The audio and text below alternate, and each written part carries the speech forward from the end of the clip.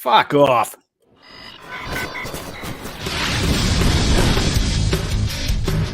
Welcome to the Bleeding Burgundy podcast, a Washington football podcast by fans for fans. With your hosts, Jessy Martin. You want to play what? Okay. Say hello to my little friend. John Taylor. Quiet, numbskulls, I'm broadcasting. And Keith Gray. The King, your Majesty.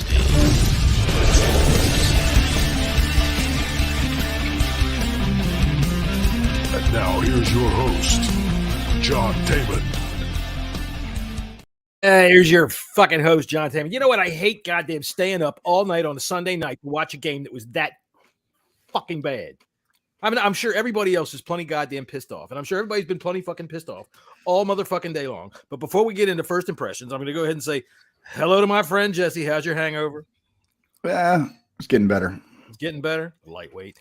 And my friend Keith here, who lovingly took him to his hotel room and did not take advantage of him. At least that's the story that we're going with. So how are you, my friend? Doing well, sir. Doing well. Nah, don't lie to me. Everybody sucks after a game like that. The fucking Giants, man. I swear to God. You know, I was talking with Kyle this morning, right? And we're going back and forth over what the causes of the game were and what happened here and what happened there and this and that and this and that. And he's talking about this Kayvon Thibodeau play where he comes around the end and hits Heineke, makes him fumble and picks up the ball, runs in the end zone, right? Were you in that end zone? No, it was the opposite side. Opposite side. Good. But we knew who blew that play up. Well, yeah, I'll tell you what, everybody put out a bunch of man of the year tweets for that guy, and thanks, buddy. Anyway, the fact of the matter is, if that was in your end zone and we didn't see at least a soda flying at him, I would have been disappointed in you because that was just fucking terrible. Yeah, no, actually, unfortunately, this game, it seemed like a lot of the action was on the other side of the field. It's kind of why I dislike the scene, to be honest. Until later in the second half. Final play of the game happened in front of us. Yeah, that awful. And I just saw it. We'll talk about the refs in a second, I'm sure. But I just saw a tweet from y'all know who Dean Blandino is, right? Yeah, he used to be the head of Dean Blandino, the puppet they put on TV. I think I saw the pass interference there. It looked pretty good to me. Oh, he just stated that it was a ridiculous. They trained the refs not to make calls like that because it did not interfere with the play whatsoever. That's insane. Yeah, that's insane. I mean, let's get us some duct tape out and we'll just tape Keith's hands to his sides and see how fast he can get to the Funyuns. He ain't getting to him. What didn't affect the play? The fact that the guy was over the top. No, I'm talking about the Terry McLaurin play. Oh, that. Oh, gotcha. Yeah.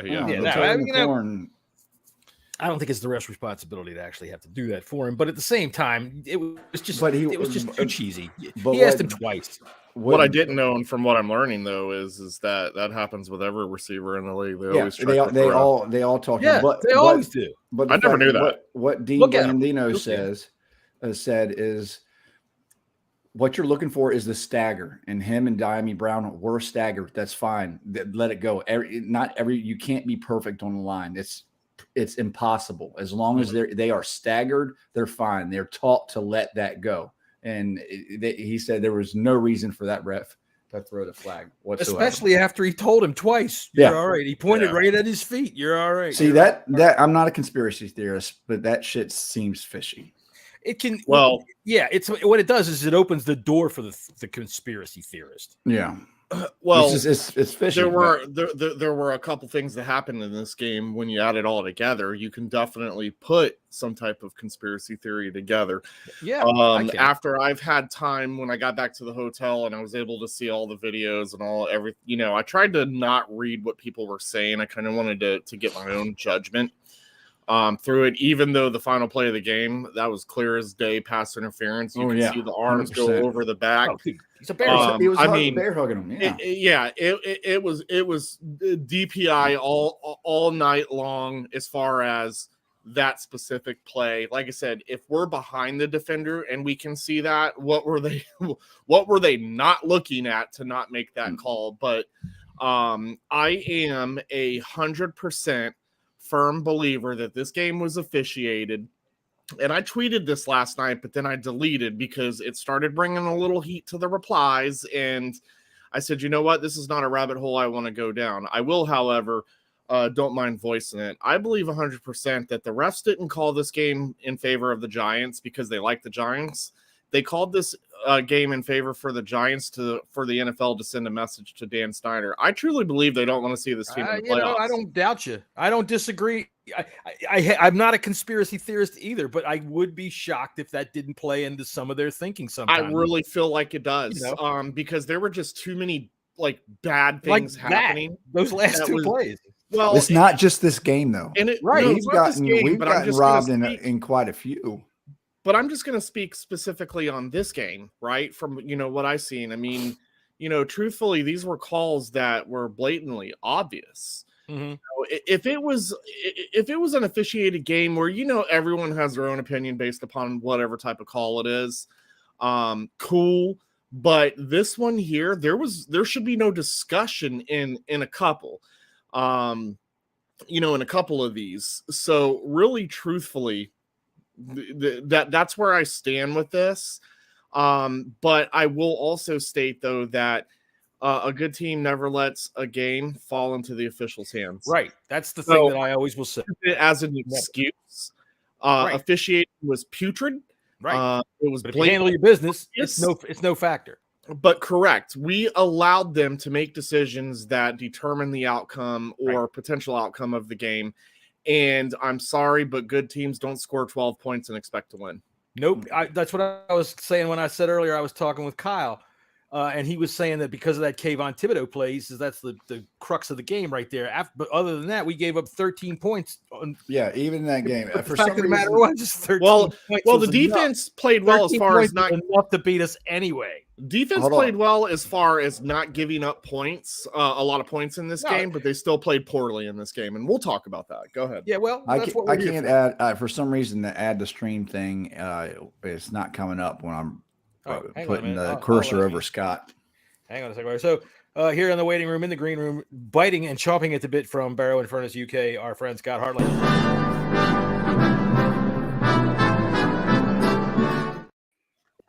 Scott, so you want to join this wine fest? You want to bitch and moan? Yeah, I do, fellas. Yeah, obviously, I wanted to be on with you guys just to see your reaction. I was quite happy just sitting in the green room and listening, to be honest. So the fruit was fresh. I think he got it from down at the local Piggly Wiggly. It's all good. It's all good. Well, it's not really, is it? I mean, I stayed up till 4:30 to watch that utter shit. I feel for you two boys on the right-hand side of the screen now, going to watch that in the freezing temperatures. I don't know. I don't know how you do it. I really don't. Well, you. It's depressing Monday, isn't it? It really I know is. John wanted all these pictures and stuff, but here's how they do it. See, Yeah. Jesse puts on the shawl that his great grandmother knitted for Teddy Roosevelt. If you can't laugh, if you zoom in on the beard there, look. Oh, there it is. There you go. I'll zoom in a little further, and there we go. Yeah, there's Jesse, our friend Jesse at the game. No, we couldn't take pictures. Or I couldn't even It was so cold. It was so cold. Your fingers were numb. It was. See, look at these gloves that Keith has on here. These are definitely able to be. Santa Claus can take pictures, right? No, yeah, no. Do you know the best thing that came out? The best thing that came out last night was the fact that Keith's son saw him. That's fine. Yeah, that's all you need, man. That's all you need, man. To get that text. So, quick story on that. I want to know what's going on with this guy behind you, though. He looks like he's got a camel toe. What's up with that? This dude's got a camel toe. I'm serious. You got some kind of weird. Did you guys sit in the trans section? That's good. I mean, that's very minded of you. Anyway, shows that why I shouldn't say you look completely inebriated in this picture, Keith. Who, me? Yes, you. Look at you. Hey, here's my friend. I didn't even have a single lick of alcohol last night. Well, but yeah, Jesse did, but we can anyways, a quick story on that. It was really cool. So, before a couple days ago, there was intentional plans. So Rodney Harrison and them, they were set up in front of the stadium, where you enter in red zone. And they were doing their pregame show, and they kind of, they wanted some Commanders fans to, navigate the background, basically. And so, the team who works with NBC reached out to us and asked us if we could do it. And me personally, no offense to them, I kind of wasn't interested in doing that. Like, I just like the obligations that I have and the timings that I had to be in different places for certain things. It just, to me, I didn't want to stress out. I kind of wanted to do the best that I could to enjoy the pregame before we actually go into the game. So anywho, I had told my family about this, but we ended up skipping that last night. We just didn't have enough time to go there because hog farmers, Jen Leno, and a lot of players' wives were in the lot as we were having Kana open. Kana is a family that we hosted. We had her open her wish list for Christmas, and the family, the other children as well, brothers and sisters, got gifts as well. So this was for the whole family. Super cool, but it was super cold.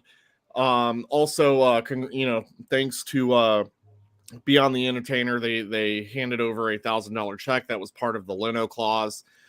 Just a really cool situation. So again, I just didn't want to do the pregame, man. I know this is going to sound stupid, but the way that I was dressed, I still wanted to be, as low key as much as possible. So anywho, long story short, 5 minutes before those guys went on air, they literally called us and wanted us to come down and stay there and be behind the backdrop.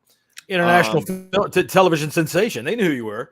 Well, like, hey, what was funny is my little guy did. They actually watched the pregame, and here was the thing, because I never told them about the other pregame, right? So they would have never seen me. They'd have been like, "Oh, well, Dad's stupid," like, because I never told them that we weren't, that I wasn't doing it. But the fact that we had that opportunity, and then for my wife to text me and say that Cameron did, hey, that's my dad. It was just, that part to me was so cool, man. I couldn't stop smiling. So what did your wife say about all the women that are always following you around on the television? Like when they introduced, I don't know if anyone, there's not a single woman that follows me around.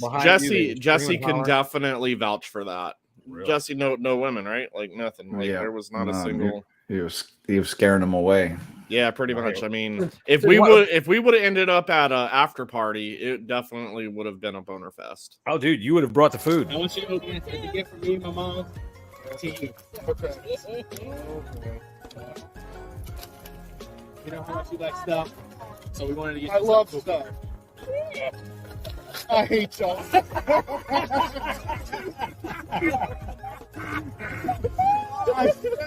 I hate y'all. That's your favorite meal. But I'm gonna eat it, and it's gonna be good. Got one more. Oh. Dude, that is like the fucking Costco size, the economy size. Holy shit, that could feed. Like I said, you could take that to the party. Just give you a cookie shoot, and you're the most famous guy in the place. Chris kept asking me all week, what time I was going to be at the tailgate. They really wanted to set that up. So you brought him home, right? I did bring him home, and I'm definitely going to put him in the air fryer and eat him. I don't care what anyone says. Who doesn't like Dino Nuggets? This shit football game. Jesse, your first opinions, your first impressions of the football game. Yeah, it was shit. This is probably the absolute worst game Scott Turner has called. I'm not happy with him right now. Yeah, we even said that, we'd like to get Curtis Samuel involved a little bit more since he disappeared the last game. But, after like the third time where they're keying in on him in the background, you should probably stop. Yeah. But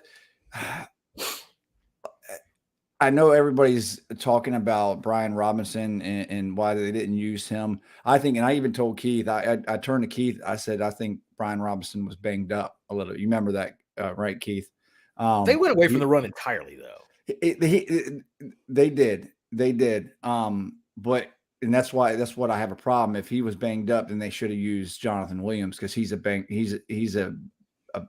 not quite as good as Robinson, but he is that type of running back. But I did like what they did in the second half, and we sat here in our preview show. They came out throwing, and they did, and it works. And that's the problem. It doesn't always work. But Taylor Heineke wasn't that good. The balance goes off. He goes all one or all the other. Sure. And yeah, the Giants, I'm disappointed in the defense because at the times where they needed to make a stop, they didn't.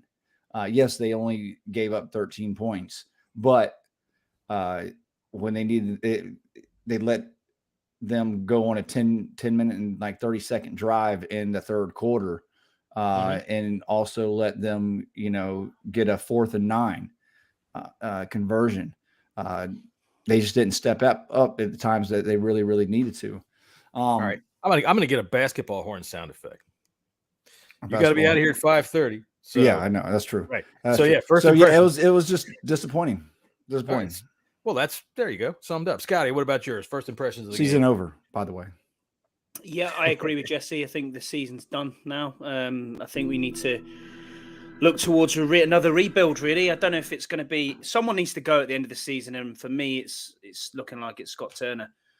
Jack Del Rio, just vanilla, absolute vanilla. I don't know what happened last night with the defense. Not a single sack, no pressures. It was just a terror. The only side of the ball that you could think, you know what, we actually did quite well was special teams, but some of the decision making just absolutely baffled me. Like, why are you punting from 37 yards out? I'll tell you why. I know exactly why they punted. The wind there was bad, especially it goes through. There's openings. Giants punted too. Yeah, there's big openings, and on that side of the field. I mean, I'm telling you, the wind was crazy. The wind was crazy. Right, okay. On that side of the field, especially, the wind was swirling. I mean, you had to be there to fully understand. It wasn't. You can't see it on TV, Jesse. So yeah, I know you can't. Well, you could have known if you saw this, you would have known how cold it was out there. I mean, it was cold. But right, it was the wind that was really Eddie Roosevelt to go to the. He has an expecting child. Really? Yes, he does. And look, and Keith is like the proud papa. Look at that's this. a quality jersey, though. I like that. All right, Keith, your first impressions of the game. Yeah, you got a lot of dino nuggets. That's pretty good. Excited at first, disappointed in the end. We'll get into details later. I was, very disappointed, but I've been saying all season, guys. You've heard me say it since preseason, and some of you shook me off. And that's an easy thing to do in preseason because there's nothing on the line. The inability to score 6 in the end zone. Well, let's go 7 in total, but the inability to, and the lack thereof, of to score 7 when you're in the red zone has been a problem all season. For 2 seasons. Yeah, but I'm just sticking to this season. Okay.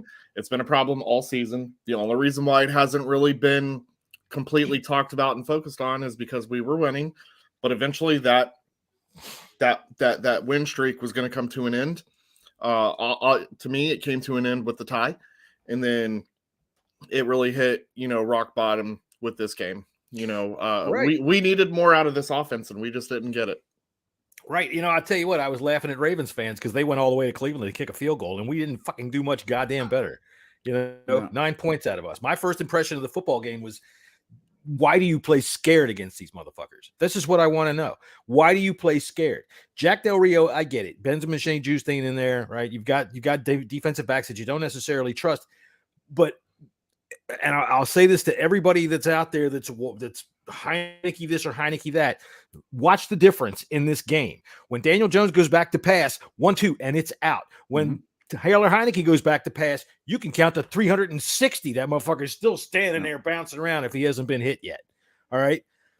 They get the ball out quick. And what do? We played soft ass fucking coverages, man. We were scared. Danny Johnson, back off of him 8 yards, back off of him 9 yards. Daniel Jones could take 6-7 yards anytime he wanted it because we didn't press.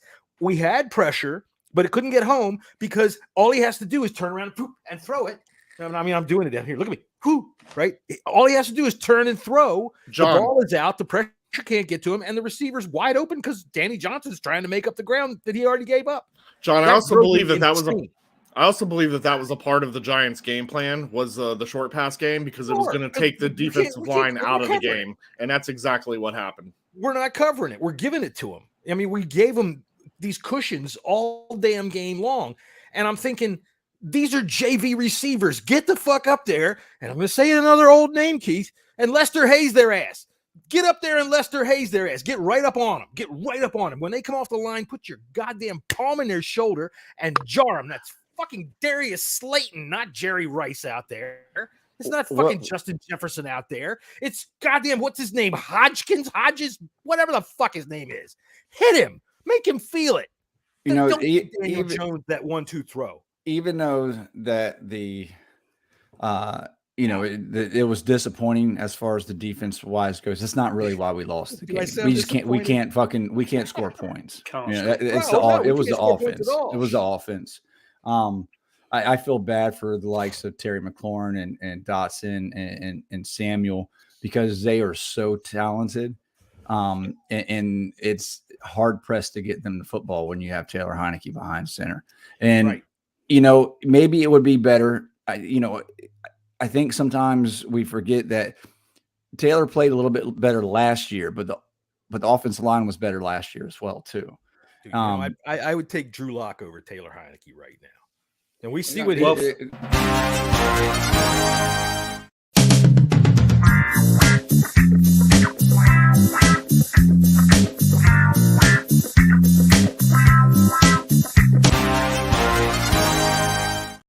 That's just because I know the hog farmers are watching.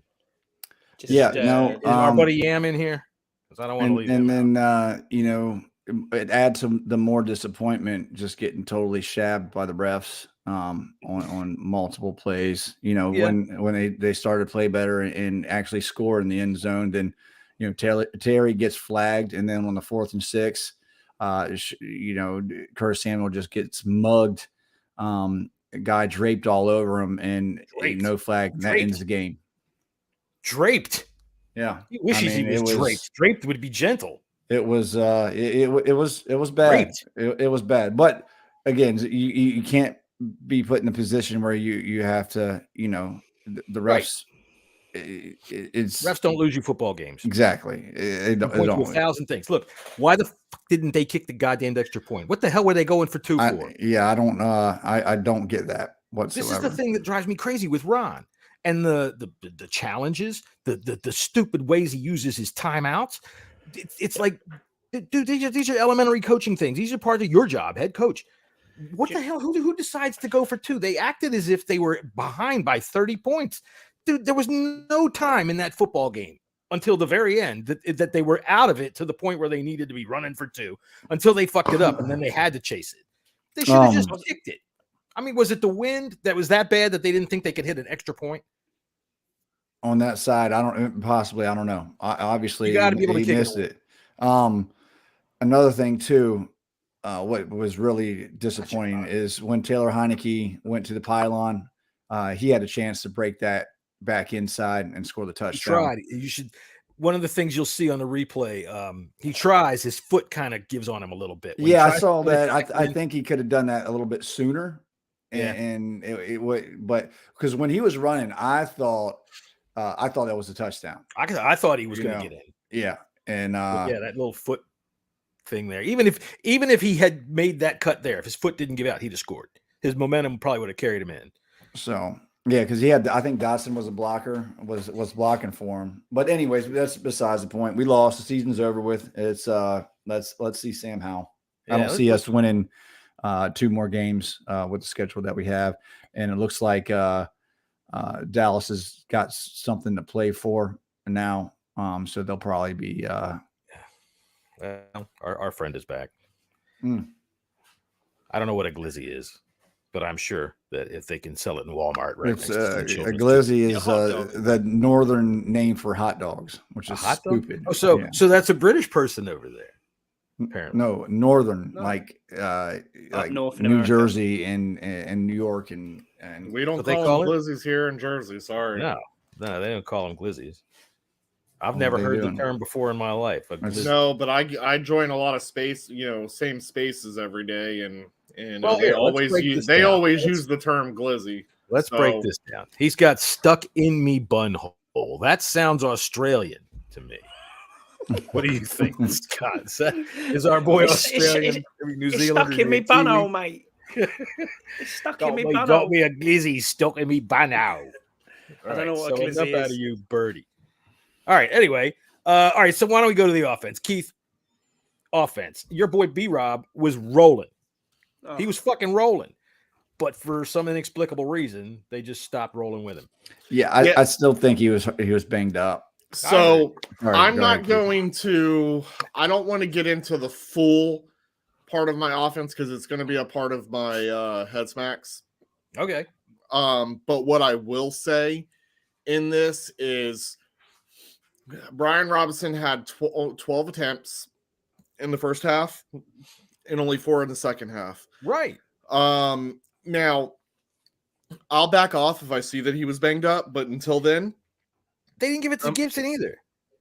No, they didn't. But when they did, Gibson was also successful with the run. I mean, we were having our way with the run game. Brian Robinson had 7.4 average rushing yards in that game.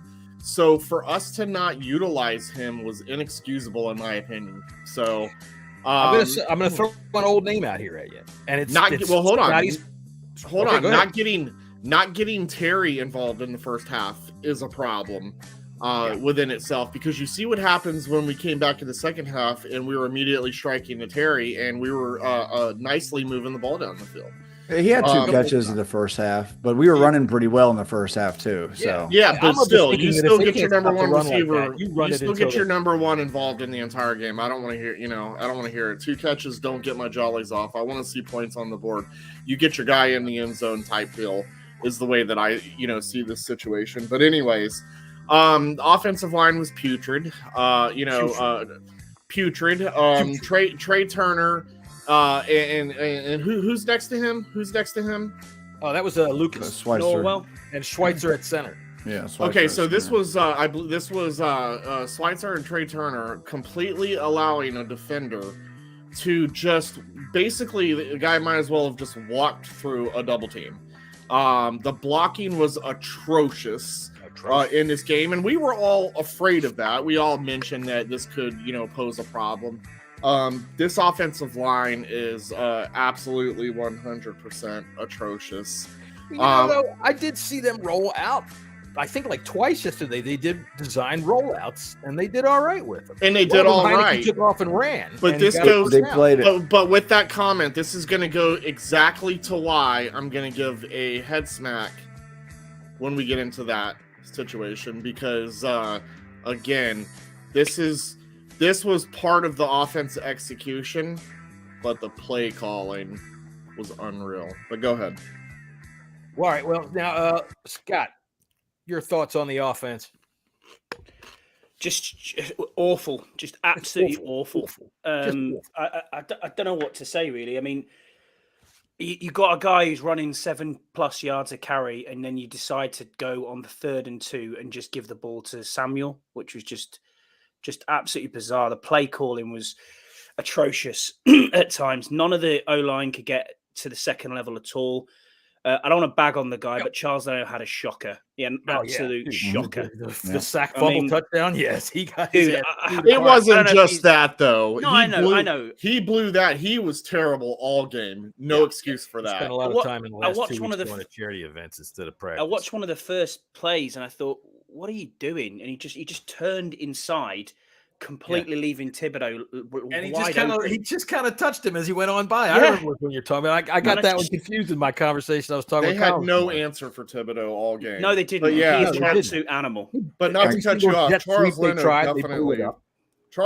definitely played like do all game. I gotta go, so I'm gonna just take 1 minute to give my head smacks and head smack.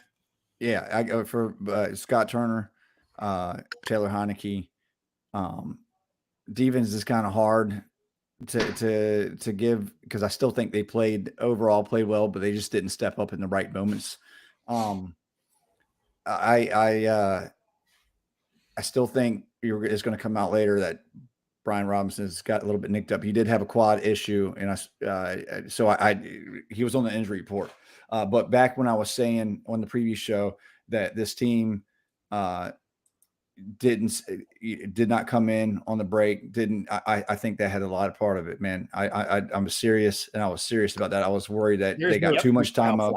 They did not look ready to play whatsoever from the start. They looked like they deserved it. I told you to trust the coaches, and I said, Yeah. you asked me straight up, are you worried about them having time off until Tuesday? And I said, no, they'll know what they're doing. He's given them more time. They've had 3 weeks to prepare for the same team. They've played them twice in that 3-week period. They've just played Philly. They're gonna be coming off a hard game. And I thought, yeah, no problem. Ron's given them a little bit of extra time, and you were bang on. You were absolutely bang on with your Jessy assessment. called me up. This was Jessy the called me up, Giants. Scott, and said, "Look, Scott doesn't know what the fuck he's talking about. Don't ever listen." Absolutely to that right. motherfucker Yeah, again." don't listen to me. This was the Giants code red game right here. Yeah. This was It was the ours Giants too. code That's red. the thing. It was ours too. And we did not respond in time. They just did not. They just weren't ready. And like I said, I was very worried about them not doing nothing, just getting too much time off. I think they should have spent a lot of time preparing. Maybe not straight on the field. You can still prepare, without and give your bodies rest. So Yeah, I think we're beat you're up. right. But they did enough, I think, to be successful in many areas of the game. It's Sure. just certain areas that they fucked up that are consistent fuck ups. They are the things that they do wrong. They consistently do wrong, and it always boils down to a couple of guys. Really, it always boils down to the same handful of guys. It's either Heineke, it's either his offensive line and Scott Turner. The combination of these guys just are not able to get it done. And one quick question before I go, because I got to go ahead. right now. Do y'all want to see Wentz? Dude, you know what? I don't think we are, but I'm ready to see just about anything. Season's on the line here, dude, and we can't keep trusting that Heineke is going to come out and have fucking Chris Collinsworth last night. Let me tell you, this Heineke's got some pixie dust about him. You might as well just curse him from the start. I'm going to answer that question as well. Last night, I would have liked to have seen him in the entire game, but I'll be honest, I don't agree with Jesse's head smack on Taylor Heineke. I don't think he played all that bad this game. I do believe he missed some throws. But listen, any quarterback does. They're going to miss some of those throws. Dude, I saw a stat this morning about red zone efficiency and interceptable balls. He is worse than you can possibly imagine. No. I mean, that red zone throw. He had a couple last night that should have been picked off too. There's plays that I like I said, I noticed that Jones goes back 1-2, balls out. Heineke goes back. He does this little plop step, and then you guys let me know when I can talk. There's times that you could see yesterday. I got to go, fellas. See you, Jessy. Our friend Jessy. Out. You could see at points yesterday where he knew he'd go back with this. He'd take the snap, he'd do his drop back, and boom, he knew he had to throw it, and then he'd hesitate and turn his head this way, and then he'd either throw it late, get it broken up, or he'd get hit and take a sack. It was driving me up a fucking wall. Just throw it on time. I'm going to give you a 10-second breakdown of John during really practically any play when Heineke goes back to pass. Ready? Throw it. Holy fuck, throw it. Jesus, throw it. And that's pretty much every one of them.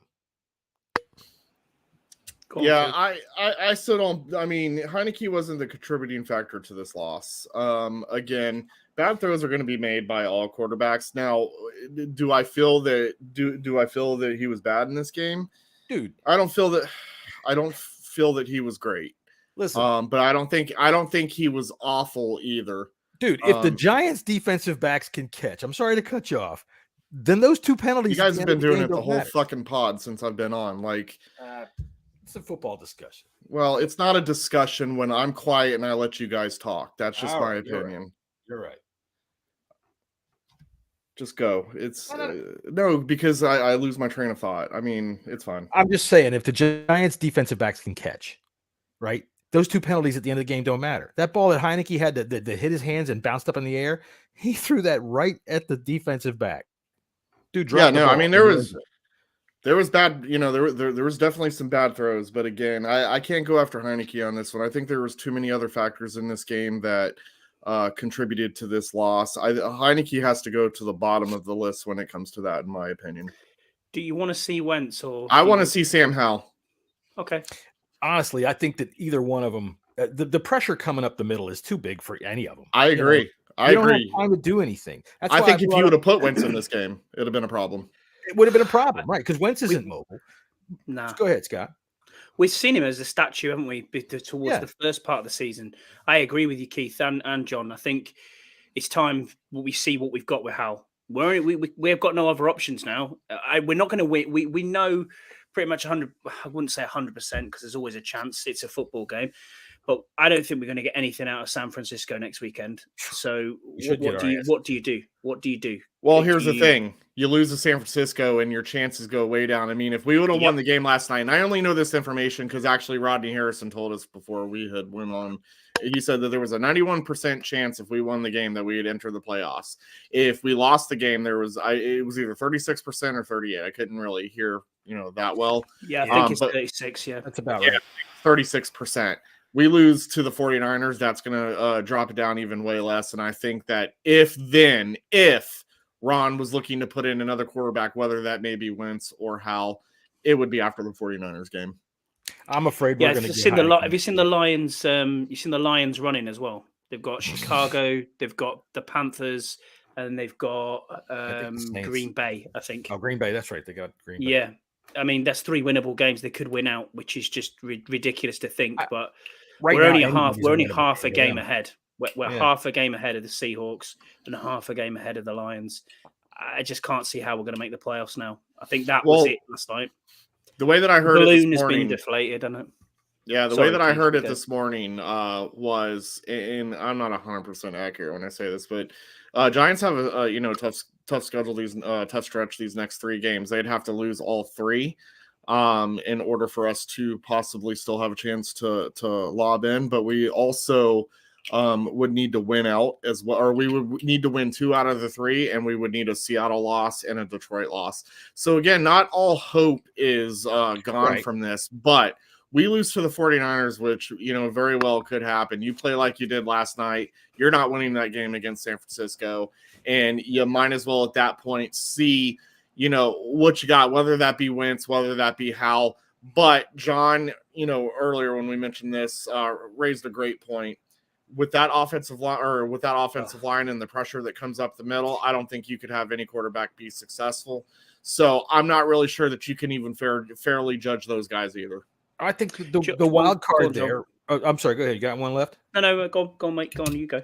The wild card there is Scott Turner, and I just don't trust that he calls plays that suit what's going on. And I mean, granted, he's playing with a hand tie behind his back with that offensive line there, but that's why I brought up the 2 rollouts last night. They had a rollout and they had a naked bootleg where he got outside.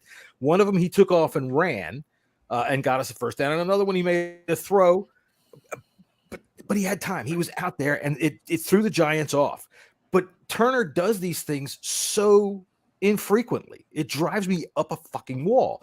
You can see, and I'm gonna, like I said, Keith, before you yell at me, I'm gonna bring up a name from the past. It's okay. You're 100% right. Jesse's lucky he left, and that's probably why he left, because he probably got mad at me. I think Jesse was mad at me from last night because I didn't want to go anywhere. Wendy's was right next to the hotel. It was 12 something. I'm not trying. Listen, and that food was terrible too. Yeah. But listen, I hadn't ate since breakfast. I was starving, and I wasn't trying to drive around that part of Maryland at 12:30 at night. And so Jesse in the drive-thru said, "I don't eat Wendy's." Couldn't even speak a full sentence. Sorry, Jesse, I love you. Couldn't even speak a full sentence. He gets out the car, his vape drops to the ground. He's like, "How far is the hotel?" I was like, "It's right over there." And he's like, "I'm just gonna walk to it." He didn't even want to wait in the damn line. So I get back to the hotel. He's like, I knock on the door. I was actually afraid he wasn't even gonna wake up because that line in Wendy's was long. Yeah. And I didn't think he was gonna wake up, but whatever. I knock on the door, he's awake, stumbling. I don't even know how he was still awake, to be honest. But no, in the car, he drops his vape and he knocks on the window, and he goes, "My vape dropped on the ground. This isn't good. This isn't good." I'm like, "Bro, you're not good. You, sir, are not good." He drank 7 tall boys. Tall. Dude probably spent $150 on beer. Oh my God. And here's the best part of the story. John, you'll love this. So it was the 98-yard drive in the fourth quarter by the Giants where they kicked a field goal and they were up by 8 points with, 3.5 minutes left to go in the game, right? Guess who got up and left? said, you do me a favor, just text me. I'm out of here. Just text me when you're ready to go. Right. Next thing you know, next drive, we got the ball, right? And of course, you had the bomb. Who was that bomb to? Was it Dotson? Dotson. Beautiful the helmet. Almost the helmet. Yeah. catch. So that bomb to Dotson. He pulled it right out in front of him. Forgot.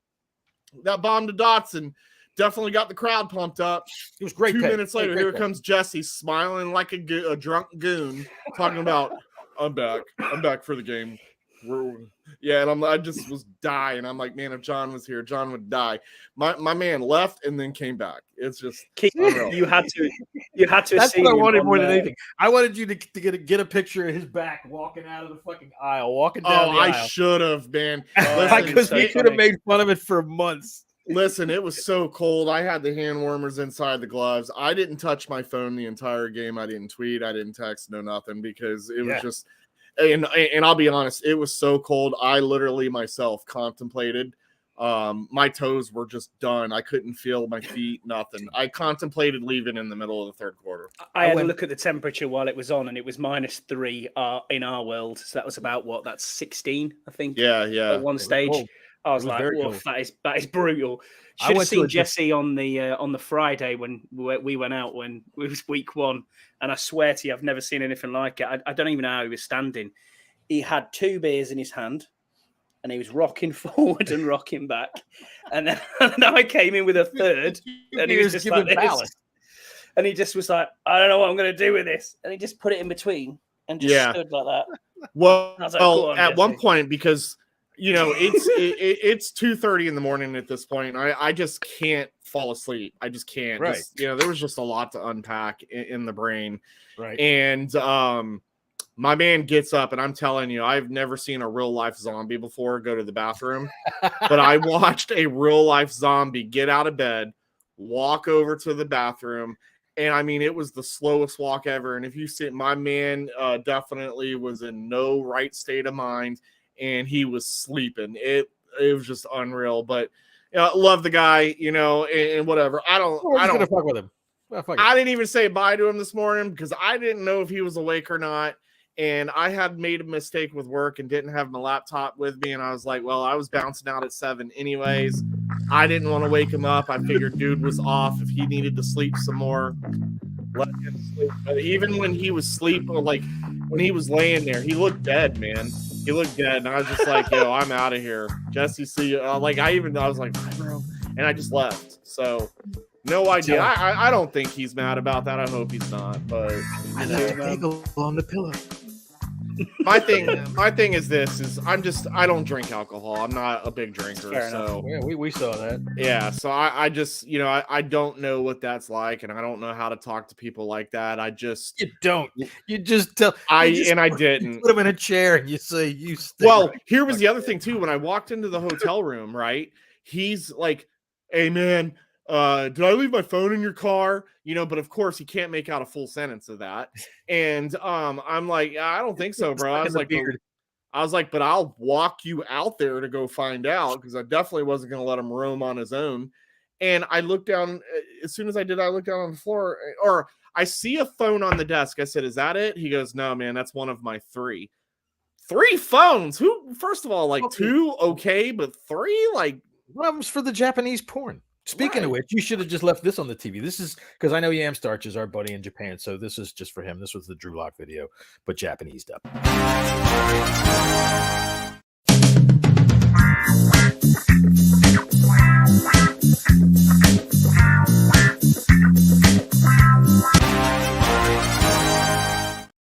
There you go. Just for our buddy Yam, so you don't get in trouble with the local authorities. Yeah, but long story short, his phone was on the ground. I'm like, bro, your phone's on the ground. Like, that's how drunk he was. His phone was literally on the ground. Hey, you know what? He didn't go to work today. He's grown, man. No, he's grown. Yep. That's right. And he survived walking around through the drive-thru in fucking Landover Hills at 2:30 in the morning. That's pretty good. It's too cold out to get mugged at that time of night. Yeah, it really was. All right, so I forgot where completely we were in the game. I'm gonna go. We were talking about quarterback. Jessy asked a question and we were finishing. The thing about Heineke is you saw a couple of plays last night where he throws on time, where he threw a play last night to Samuel, I believe it was.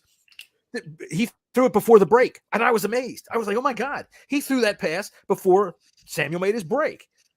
It was perfect. It hit him right in the hands. It was a freaking quick gainer. It got like 9 yards. Do you know what's really interesting with that play you're talking about, John? That was the exact same play, designed, called, exactly the same play that was the touchdown to Terry McLaurin in game 1 against the Jags. If he throws on time. And look at the difference.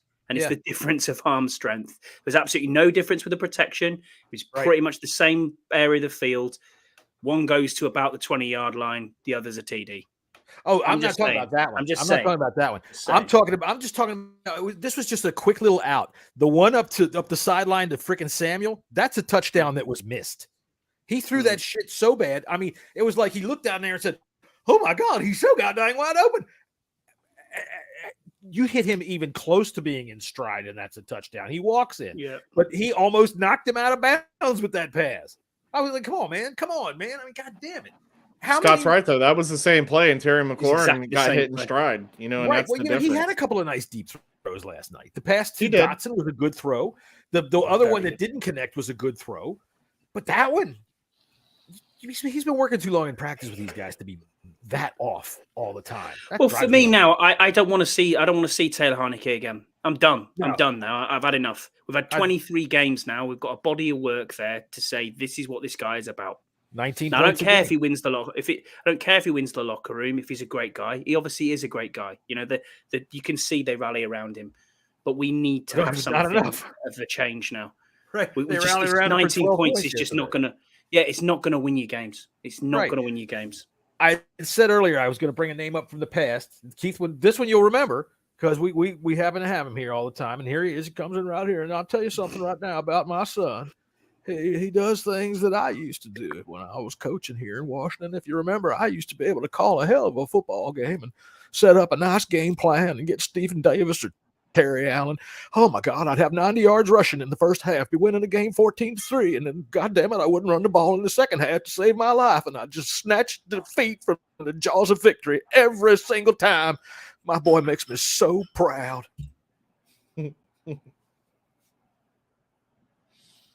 That was all I had to say. I also had to blow my nose, so I figured I'd just put it on mute.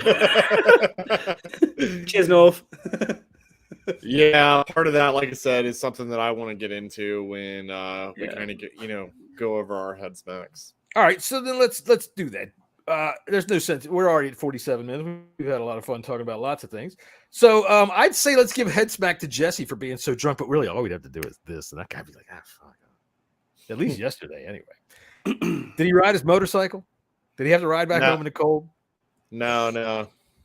He drove his other car. All right, I can't wait. He called me literally 5 minutes right before I was about to hit exit 16. He's like, "Hey man, where are you at?"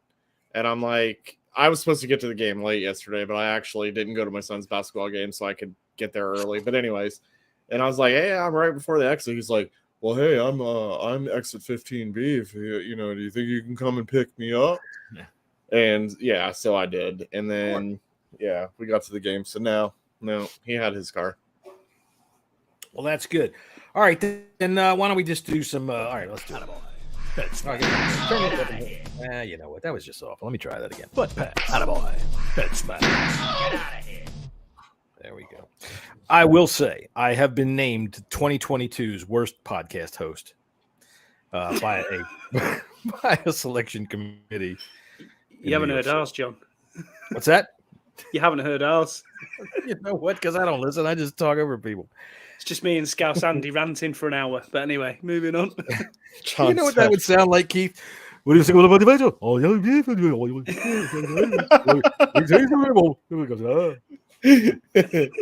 I'd try to listen, but I wouldn't understand them. It's pretty accurate, to be honest. Yeah. And if they've been drinking, that's even worse. Yeah, we're done. Yeah. All right. So offensive butt pats. Do you have any offensive butt pats? No, I'm not giving butt pats to anyone. Nobody? No one. Not offense, not defense. Fucking angry this morning, yeah? So I thought I'd make a fucking video. Why I'm angry? Don't ask me why. I just woke up in a fucking steaming mood, yeah? Because He just fucking woke up in a steaming fucking mood, yeah. That was me this morning at 4:30, Yeah. having to go to work at 6. Oh God, yeah. I was not impressed. Not impressed at all. I'll tell you what. How many? Let's just go on just a quick round number here. How many Boy Scouts does this guy have? Fucking angry this morning, yeah. How many? How many Boy Scouts are tied up in his basement? I have no idea. Fucking angry this morning, yeah. So I thought I'd say at least 4. He's a big lad. He disappeared. He didn't like that. All right. Keith's so anyway, no offense, right? All right, he's not giving any butt pats. You got any butt pats for the offense, Scott? Would you give one to Dotson? Me? Hell yeah, I'm going to give one to Dotson. Attaboy. There you go. No. I'll give one to Dotson. And none of them. I mean, yeah, there's some guys that play well, but not He's in a the game one. like this, man. Not in a game like this. No. Sorry, nothing for me. And I'm sure they don't care. 12 points, yeah, it's hard to find them to pass around. But I being a Penn State fan, and the big fucking long pass, that was nice. I like that. And yeah, dude, that catch was nice. Heineke overthrew Diami Brown. I know. What the fuck was that? Yeah. It didn't make any sense whatsoever. I couldn't believe it. As a matter of fact, I almost looked at it like it was something good. Like, wow, he overthrew Diami Brown. Maybe he can throw it after all. All right, so then let's go to head smacks on offense. Who you got, Keith? Yeah, so Ron Rivera can hold a head smack. Okay. We know why. Yep. You know, the whole extra point, field goal fiasco. But Scott Turner, 100%. Okay, so a couple things on Scott Turner. This is a guy that I've been quiet on all season. I've given the benefit of the doubt until this game. Yeah, because Jessy will bite your head off. Yeah, well, I was actually surprised. That he even mentioned Scott Turner, because last night I felt like that he still was not putting any blame, on Scott Turner. But here's why Scott Turner gets it. Okay, let's go back to that scoop up for a touchdown that the Giants did on that Heineke fumble. Okay, first things first, that wasn't Heineke's fault. Heineke was not at all. Heineke was in throwing motion. Leno got blown up. Okay, and it was just a smart defensive move. However, Scott Turner's at fault because you don't put Taylor Heineke in a throwing situation where they were at in that situation. Not when your guy B-Rob, again, was at gaining big yards. And again, so was Antonio Gibson. So the whole offensive line, they get into those scrums and just push. Right. Well, the bottom line is that Scott Turner put Taylor Heineke in that situation. So my head smack can also go to Charles Leno on that play as well. And honestly, my head smack can go to Charles Leno the whole game. That's the one guy you want to see not make mistakes, and unfortunately, he made a lot of them in this game. But getting back to Scott Turner, also, hey Scott, do me a favor. Can you quit trying to fix something that isn't broken? If our run game was successful, we should have continued on with it. And hey Scott, can you fix something when it is broken? Because guess what, Scott? Those 5 plays to Curtis Samuel running the ball, yeah, they didn't work. It didn't work the first time, the second time. So you should have just given up on that cutesy shit, because guess what, Scott? It didn't work. Yet you kept trying to do similar type plays. And the problem that I have with those play calls too was it was Curtis Samuel going up the middle. It wasn't like that there was jet sweeps happening. I think there was one jet sweep call, and actually Curtis saw a defender, so he tried to cut it inward and still got caught. End of day, that's a bad play call, man. And then again, going back to what we said earlier, how does Brian Robinson get 12 carries, but then only 4 in the second half? Now, if Brian Robinson was banged up, yeah, that's your boy. That's my boy. If Brian Robinson was banged up, okay, I get it. However, Antonio Gibson was still successful as well. Right. I mean, I don't know his actual running stat. I want to say it was average of 5 yards, but he was gaining some nice yards as well. And so to me, there's just no excuse when you're down there at the goal line and you can't give it to a running back to get in. Right. And this has been a problem all season. This was the same thing that happened in Tennessee, okay, and in other games as well, just not necessarily the game on the line. Why, Scott, are you trying to fix something that isn't broke? So the coaching staff, all of you kiss my ass for that game last night. Oh yeah, well, yeah. 100% agree. Listen, I agree, and I've said the play calling when we get down inside the 10, it slows down. What the hell are you doing, man? Hit him. You know, this is when you get down there. I get it. The field shrinks and all that. So why do you continually have Taylor Heineke going back and doing these setups and surveying the field and looking for? Fuck that. Throw the quick hitter, man. Throw one of these little leaks to fucking to Antonio Gibson coming out the side. Throw one to frickin' Brian Robinson. We know he can catch. Throw a little leak to the tight ends. Where the hell is it going with Logan Thomas? What's going on with this guy? He's disappeared. And when he is out there, he gets overthrown by 50 feet. Well, not only overthrown, but he also dropped a quick pass, short pass. It was in his hands, and he just legitimately dropped it. And let's be honest, looking at him, he still looks slow to me, even on that play. Yeah. And I didn't focus on him a lot because the attention wasn't on him, but it was on that play. One, you dropped it. Two, you look slow. I don't think he's perfectly healthy. And honestly, if he's not, get him out of the game because he wasn't useful. His pass blocking was terrible last night as well. I thought the tight ends as a whole were failures again. Bates had one catch that was like 3 yards. You know, you're going to throw a little short crossing route. Don't throw it to that big lummox, for Christ's sake. Throw it to somebody who's got some speed that can maybe turn something on. You throw it to the slowest. It's like throwing something to a dump truck. You know, once it gets up to speed, it can run over some people, but it's never going to get going in time.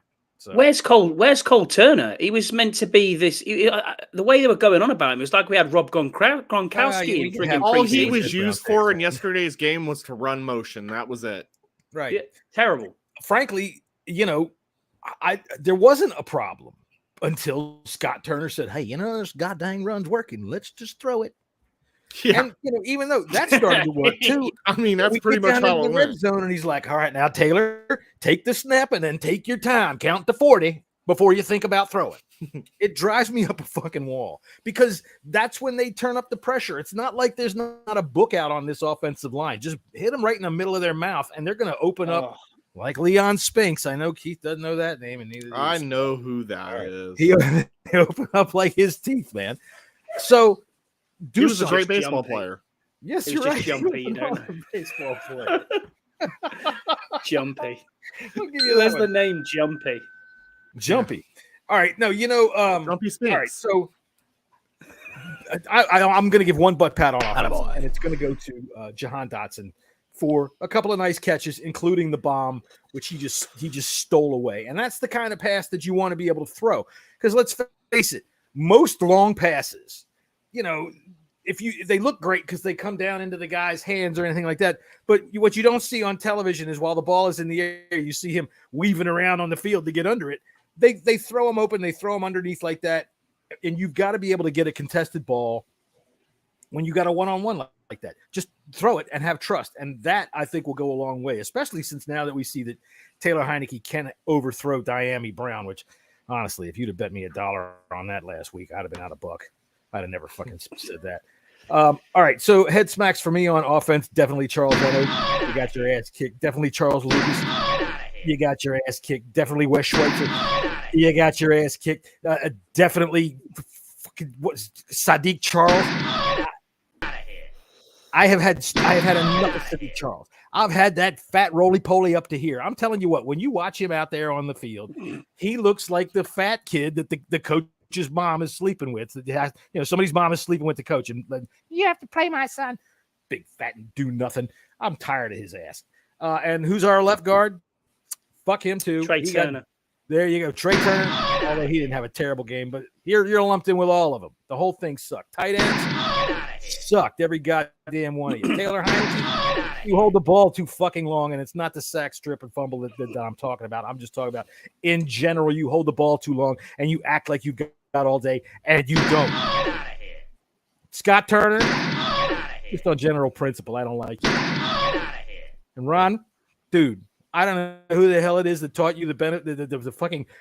How do you not know? Oh, shit. We're playing the New York Giants. They aren't moving the ball for shit. They're not scoring at all. We better go for 2 because we never might get another chance again. Dude, you get chances all the time. You get down in the end of the red zone, and then Scott Turner goes down there and says, you know what? Let's just try a field goal. All right. defense. One of my head smacks for offense is Cornelius Lucas. He started his introduction on the show by saying, "Oh, well, you know when they say, oh, I'm at LSU or whatever the school is," he said, "The trenches." Well, it looks like you need to go back to fucking school, mate, because you were shit. He's talking about the trenches in Absolutely. France from 100 years ago where people are mangled up and dead.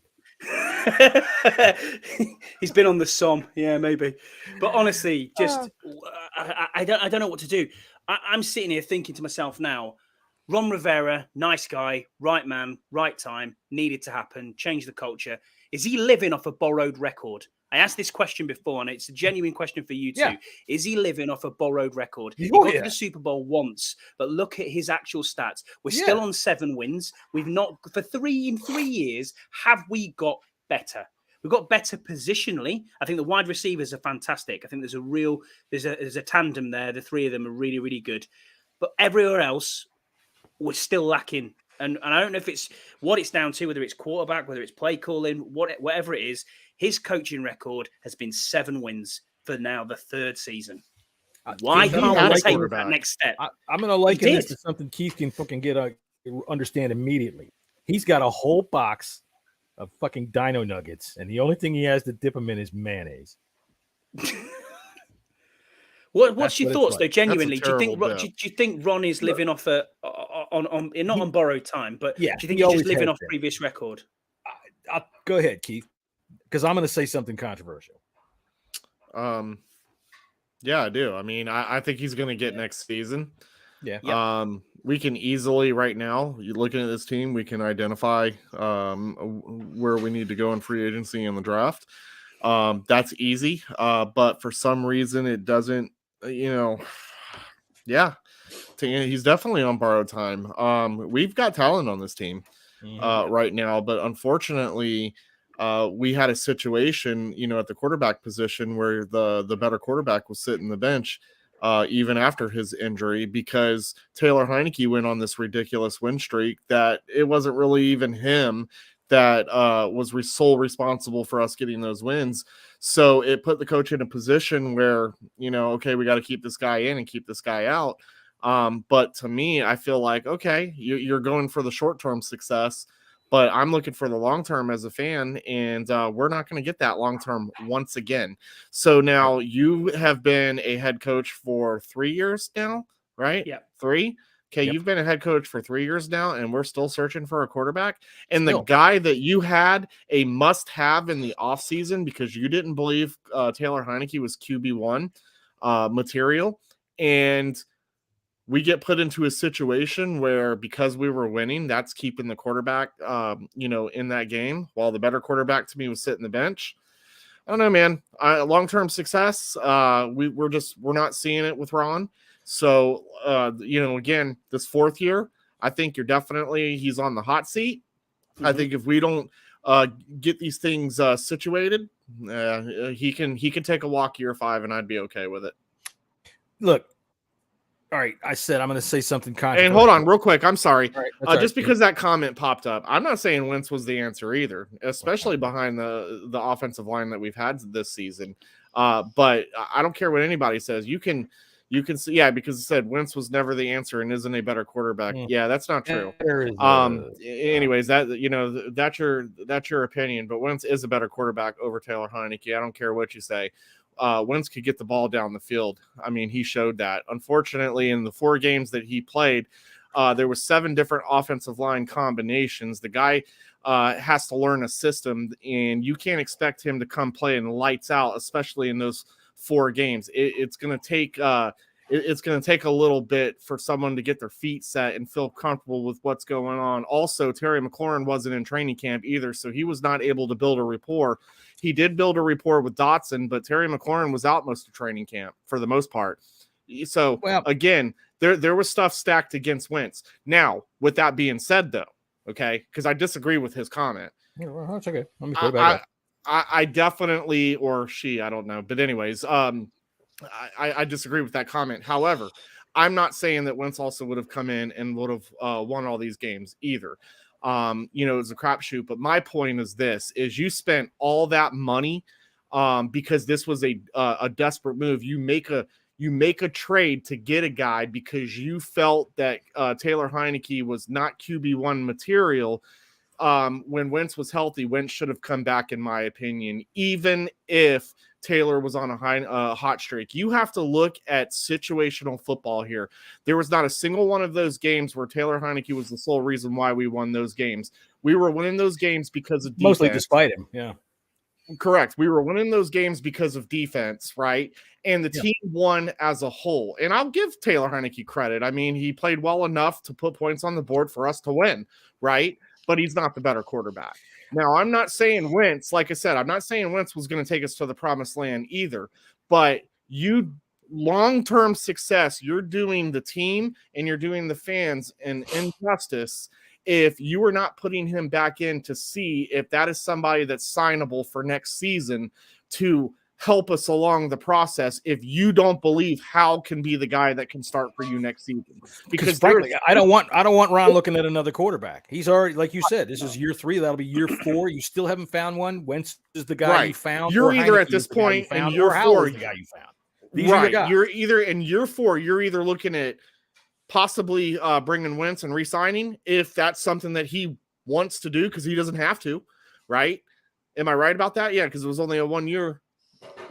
What? Yeah. Wentz, I'm right about we that. Hold accelerated his money into this year, so he's free and clear if we don't want. That's what I thought. Right? Exactly. Yeah. Right. So either you don't let him walk, or you believe in Sam Howell, the guy that you drafted. Simple as that. You know, both can be true. You can't go back to Taylor Heineke. You can't. Both can be true. Wentz can be washed up and done, and Heineke cannot be very good. Yeah, I agree. Saying which one's better, especially with this offensive line, is kind of a moot point. No matter what, for the last 2 years, Heineke has started since the 14th play of last year and since week 6 of this year, and he averages 19 points a game. And that's just not going to get it done in any way, shape, or form. Similar type record, too. Simple as that. So we're still in a quarterback quandary. And I mean, people want to maybe be able to sit there and argue whether or not Wentz this or Heineke that, and you're just arguing whether you want a peanut turd or a turd that's smooth. Because I don't want any of them, to be honest. I don't want any. I really would like to see Sam Howell become. God, I'm such an idiot. Sam Howell become Superman. That's what I want to see.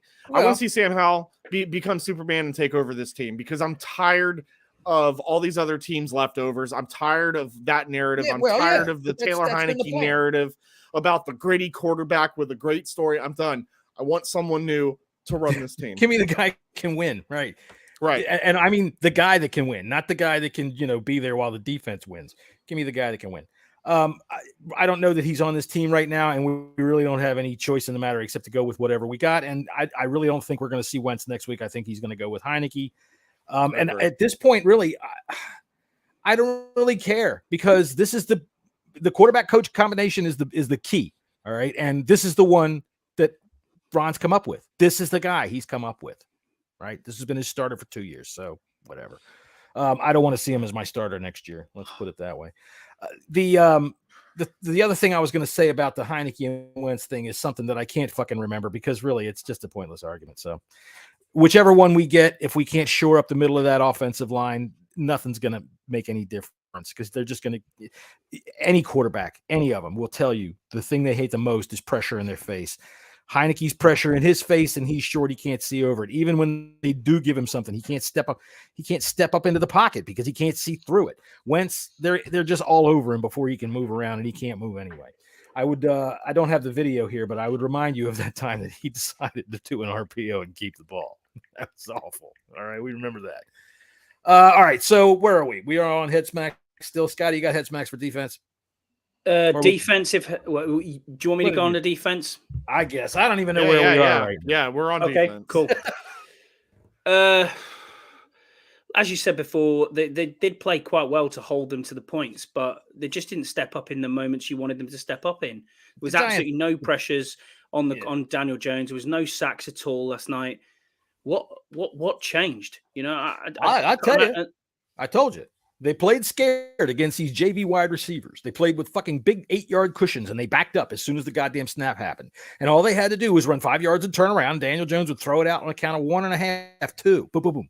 And 7-8 yards practically every time that they wanted it, which puts them in second and manageable, third manageable, they can then do things, and that's kind of what I think happened. They played scared against wide receivers that they should have treated like chumps. I know we're hurt, and I know we got problems out there on the secondary with guys that are injured and this and that, but I don't give a shit. Whatever. What you're telling them is, okay, well, we're chumps too, so we're going to back up. You tell me Danny Johnson can't get up there and stick somebody in the shoulder and jam him off the line, take away that half a second, give Montez Sweat that extra half a second to get in there. You didn't hear Daron Payne's name once last night. No. They were, and that's the problem. So I can't give anyone a head smack, but I can't give anyone a butt pat either. Because Allen got one play where he broke through and got a hold of. Yeah. Allen got one play where he broke through and he got a hold of Saquon Barkley. But other than that, fast pass, the quick hitter, removed our pass rush. And I can tell you right now, I'm going to give my impression of Scott Turner watching that happen. Well, goddamn, I just ain't learning nothing, am I? What the fuck are they doing? It's a mystery to me. We're going to call a play. It takes 12 seconds to develop. Get out there and get it, boys. Hut. Anyway, what about you, Keith? Who you got defensive hits, Max? Yeah, so Jack Del Rio can get mine. And here's why. And part of the reason why. 4th and 9, really? We're going to give that up? Yeah. Now, what was interesting is I think the defense was caught off guard on this one because that was a bold play call by the Giants. And where they were on the field. 4th and 9 had, before 4th and 9, I don't know, that's a critical play call.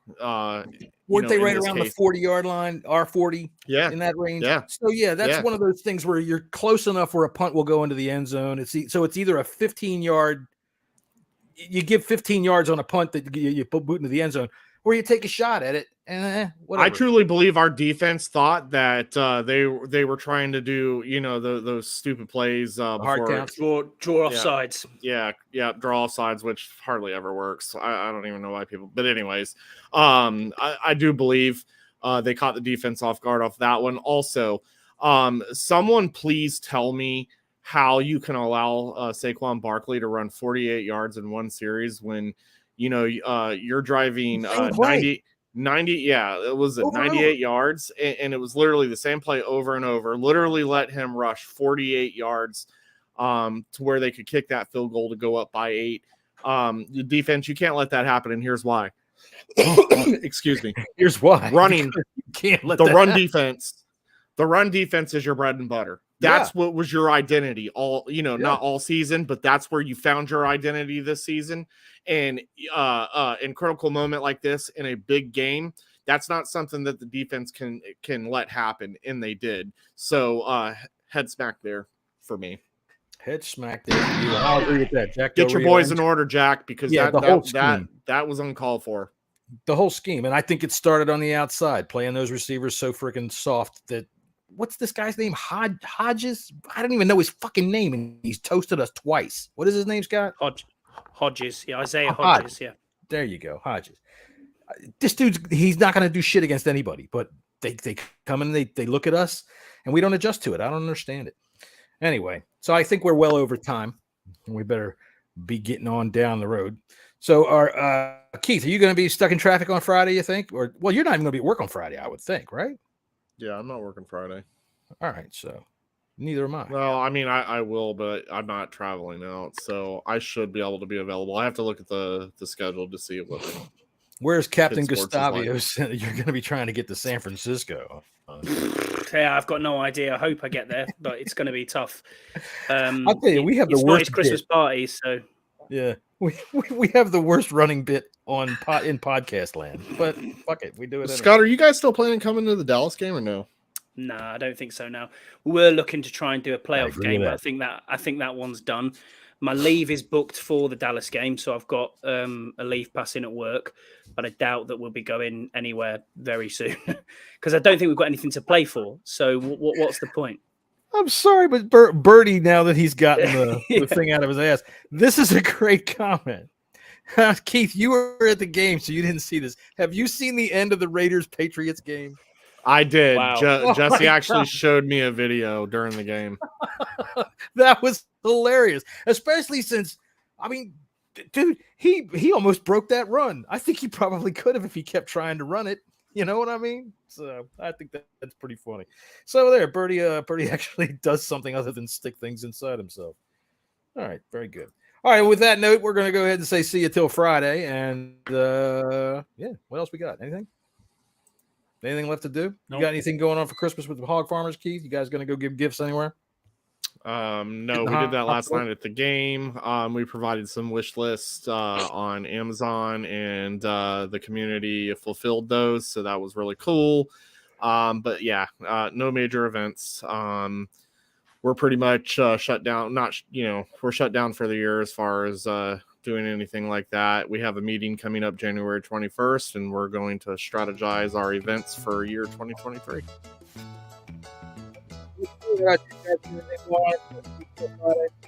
For you. Nothing. So you got pictures of your kids in the back. Not there. There, we can hear you now. All right. You need to get your wife in here. We will talk with her. My wife? Got to make you a happy man because you never got anything going on during the week. We got to talk with her. Hey, look here. I'm just working, man. I'm just working. That's sugar. It's my time to work all week. I'm working right the way through till Christmas Eve. So yeah, that's me. Goddamn Ebenezer Scrooge. All right, well, I know. I'm working too, but I'm happy. Got to pay for them flights, John. Got to pay for them flights, mate. I hear you. Well, we'll see what Captain Gustavio can do. We'll see if we can get to San Francisco before. Let's hope so. Yeah. All right, that's that. We'll see y'all next time.